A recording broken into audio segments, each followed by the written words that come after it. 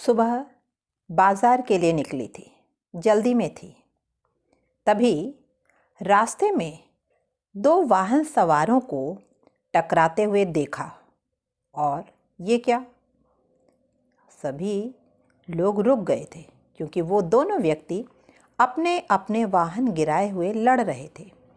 अब उन दोनों को कोई जल्दी नहीं थी, जबकि पहले उन दोनों की ही जल्दबाजी के कारण यह दुर्घटना हुई थी। दोनों क्रोध में थे, इसलिए अपनी गलती न मानकर लड़ रहे थे। हम सभी जानते हैं कि क्रोध एक मनोविकार है, पर अगर मैं ये कहूँ कि क्रोध अच्छा भी होता है तो आप चौंक गए ना। पर क्रोध दो प्रकार का होता है।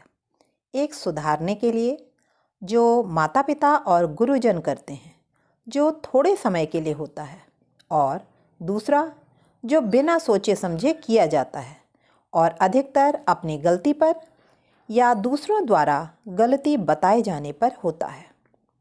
आजकल तो छोटे छोटे बच्चे भी बहुत गुस्से में आकर ऐसा गलत काम कर देते हैं कि ताउम्र पछताना पड़ता है।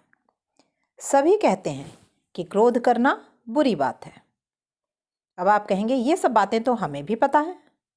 तो आज मैं आपको एक वैज्ञानिक प्रोफेसर गेट्स के इस संबंध में किए गए प्रयोग के बारे में बताना चाहती हूँ। प्रोफेसर गेट्स ने मनुष्य की भिन्न भिन्न मानसिक अवस्थाओं में निकलने वाली श्वासों की वायु को लेकर बर्फ द्वारा शीतल की गई नलियों में एकत्र किया। परिणाम बहुत ही चौंकाने वाला था। जब मनुष्य सामान्य अवस्था में था तो श्वासों द्वारा रंगहीन द्रव इकट्ठा हुआ। जब मनुष्य क्रोध की अवस्था में था तो द्रव का रंग भूरा सा हुआ।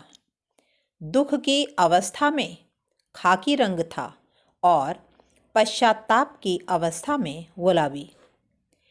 और ये जो पदार्थ थे इतने विषैले साबित हुए कि सुअर के बच्चे को इनका टीका लगाया तो वह मृत्यु को प्राप्त हो गया।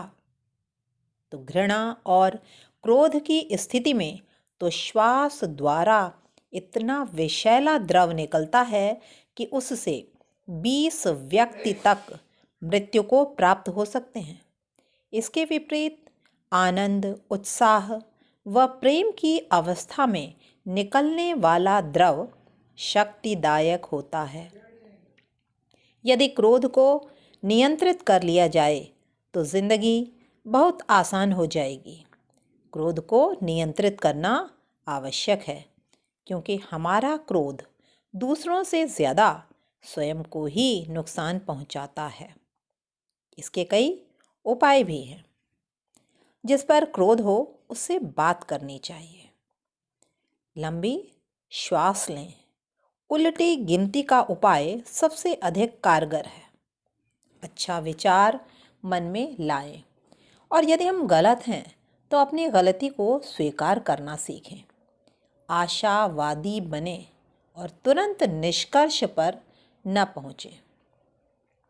यदि अब भी शंका हो कि क्रोध तो आएगा ही, तो हाँ, क्रोध आएगा, परंतु मैं आप सबसे एक प्रश्न पूछना चाहती हूँ कि जूता हमें काटता है। जब हम नया जूता पहनते हैं तो जूता हमें काटता है, तो हम क्या करते हैं? हम जूते को काटते हैं? नहीं काटते ना, क्योंकि जूता तो हमारे पैरों की रक्षा करता है। तो जो हम पर क्रोध कर रहे हैं उनके प्रति हमें कृतज्ञ बनना होगा कि उनके कारण ही हमें अपनी गलती पता लगी।